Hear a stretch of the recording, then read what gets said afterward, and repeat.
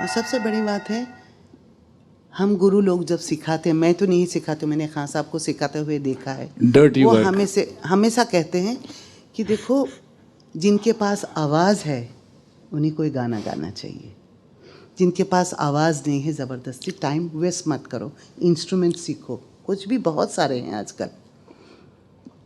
सबसे पहली बात है, you have to be gift with wonderful voice, number 1। Number 2, मैंने देखा खान साहब स्केल चूज़ कैसे करते कि इस लड़की को ये स्केल कैसा सूट होगा कि नहीं होगा, उसका वॉइस का मेजरमेंट लेना, जैसे वेट, आवाज़ का वेट, वॉल्यूम, आकार, कहाँ तक आप गा सकते हो, क्योंकि पंचम सारेगामा पधानी उसके बाद फॉल्सेटो हो जाता है, तो उनको कौन सा स्केल में बांधना चाहिए, उनको क्या सिखाना चाहिए, दीज आर ऑल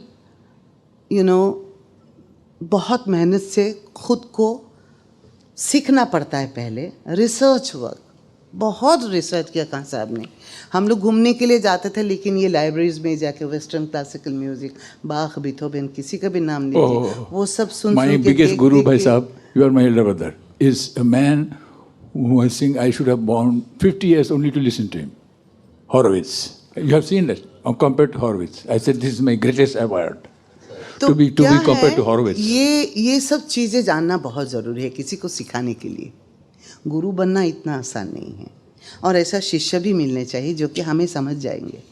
3 चीज़ें मैं हमेशा ध्यान रखती हूँ, that way I am a very tough master. Number 1, तहजीब। कोई भी सब्जेक्ट लीजिए, घर में हो, माँ बाप का यह पहला विचार होता है बच्चों को तहजीब सिखाना, कैसे उठना, कैसे बैठना, बड़ों के सामने कैसे सर झुका के खड़े। हमें हिम्मत नहीं पड़ती थी अपने माँ बाप के सामने ऐसा आंख मिला के बात करने की, हम लोग हमेशा नीचे देखते थे वो बात। और दूसरी बात है हार्ड वर्क। आप गाना सीखते हो, इसमें पीछे हार्ड वर्क की बहुत ज़रूरत है। Very hard work. गुरु के पास, गुरु के आशीर्वाद लेके गुरु को जितना हो सके गुरु का खिदमत करो। मैं नहीं बोले कि पैर दबाओ, नहीं, वो खिदमत के बारे में नहीं, ये खिदमत के बारे में बोल रही हूँ कि गुरु ने जो हमें सिखाया है वो लेसन हमें प्रिपेयर करके ध्यान से उनके सामने पेश करना है, ताकि वो हमें सही मात्रा में कहे कि हाँ ठीक है, तुमने कुछ हद तक अच्छा किया है, अभी आगे चलो। ऐसा करके बढ़ता है, ऐसे परंपरा चले आते हैं। एक तो ये हुई बात। तीसरी बात है मेहनत करना। अरे बाप रे। अगर आप गाना बजाना सीखना चाहते हो तो गाना बजाने में जो मेहनत की ज़रूरत पड़ती है बाकी कोई सब्जेक्ट में नहीं, कोई नहीं है। चाहे सितार बोलिए, तबला बोलिए, कंठ संगीत बोलिए, कुछ बोलिए, जान ले लेता है। और सबसे बड़ी बात यह है कि अपने आप को धोखा नहीं देने का कभी भी। Never be blind.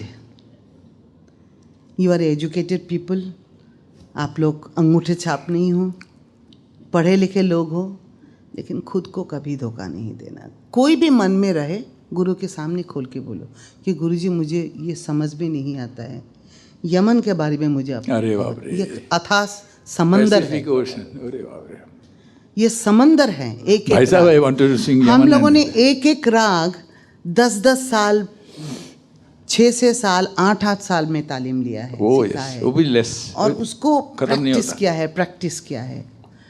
क्योंकि मुझे एक बात हमेशा हॉन्ट करती थी, वो है कि एक साधो तो 100 साधो। मैंने कहा ये क्या बात हुई, एक साधो तो 100 साधो, 100 कैसे आएगा इसमें?